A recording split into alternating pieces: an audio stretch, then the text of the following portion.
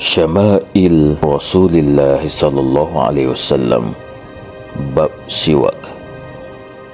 Bersiwak atau bersugi adalah merupakan sunnah junjungan kita Nabi Muhammad sallallahu alaihi wasallam.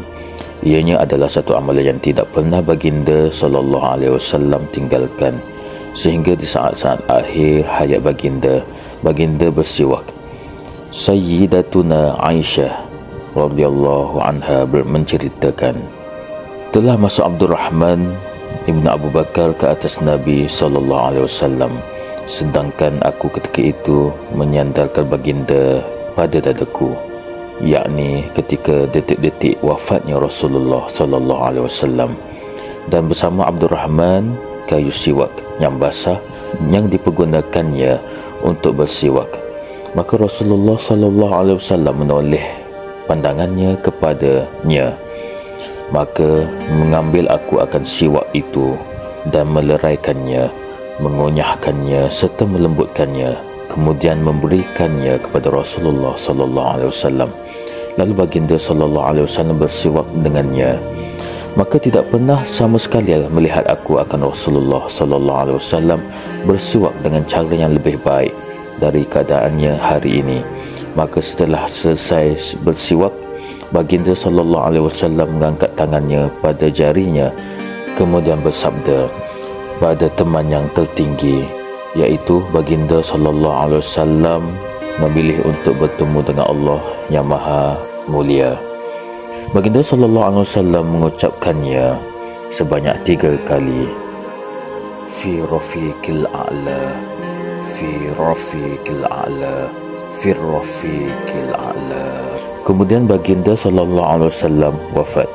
Sayyidatuna Aisyah radhiyallahu anha berkata, Rasulullah sallallahu alaihi wasallam wafat di atas tulang selangkaku dan tulang daguku. Hadis riwayat Al-Bukhari.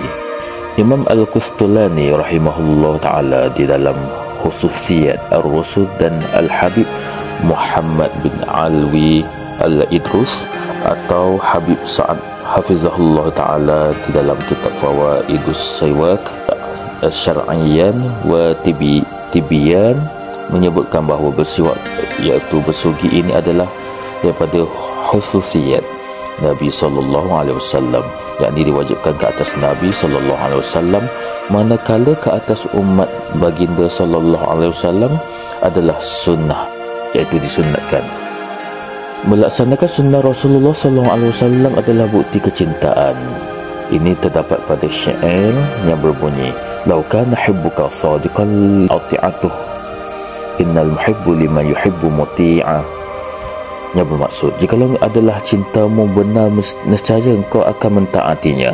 Sesungguhnya orang yang mencintai itu taat bagi orang yang dicintai.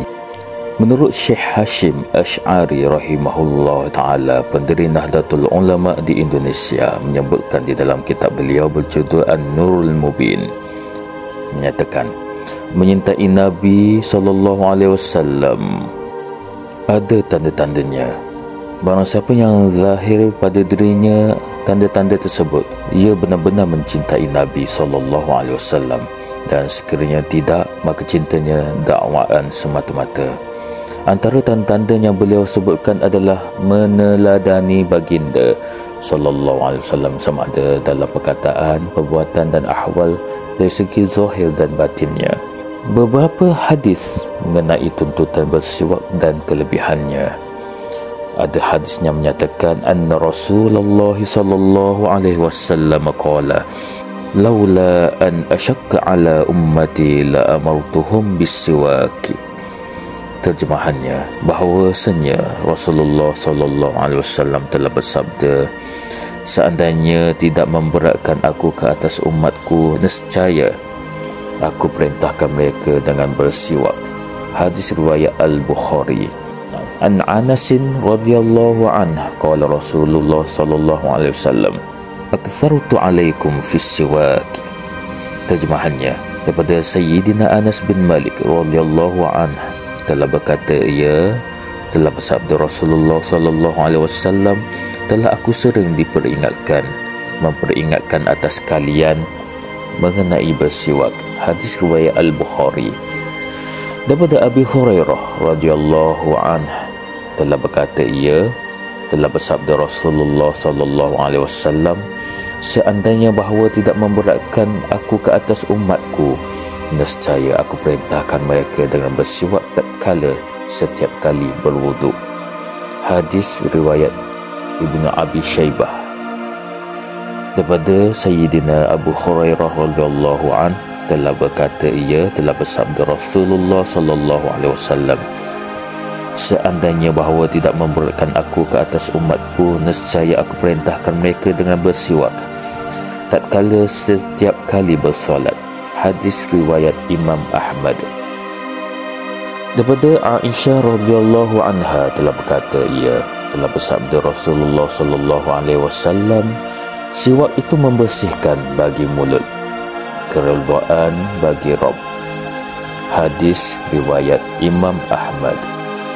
Daripada Ibnu Umar radhiyallahu anhuma telah berkata, ia telah bersabda Rasulullah sallallahu alaihi wasallam, hendaklah kalian bersiwak, kerana sesungguhnya bersiwak membaikkan bagi mulut dan keridhaan bagi Rabb.